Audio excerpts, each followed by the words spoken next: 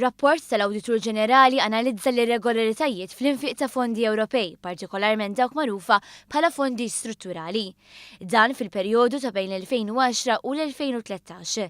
L-irregolaritajiet osservati kienu ekwivalenti għal 1.4% tal-valur tal-proġetti imwettqa permezz ta' akkwist pubbliku. Dan ifisser li mill-valur totali tal-proġetti li ammonta għal aktar minn 425 miljun euro, kważi 7 miljuni kienu konsidrati bħala nfiq irregolari. B'kollox il-penali fuq dawn l-irregolaritajiet jammontaw għal aktar minn 1.200.000 euro. L-iktar irregolarità sinifikanti kienet in-nuqqas ta' konformità mal-proċeduri ta' reklamar. Dawn l-irregolaritajiet kienu riżultat ta' reklamar mhux adekwat tal-proġett. Fil-fatt fl-2012 proġett li kien isejjaħ għal programm għall-istudenti u l-akkademiċi fl-Emkast kien irriklamat bħala wieħed ta' riċerka u żvilupp minflok edukazzjoni u taħriġ vokazzjonali.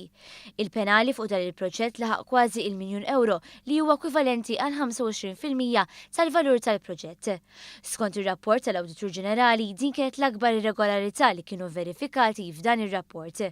L-Awditur Ġenerali nota wkoll każi fejn l-applikazzjoni għal fondi ma kienx skont ir-regolamenti marbuta ma' akkwist pubbliku.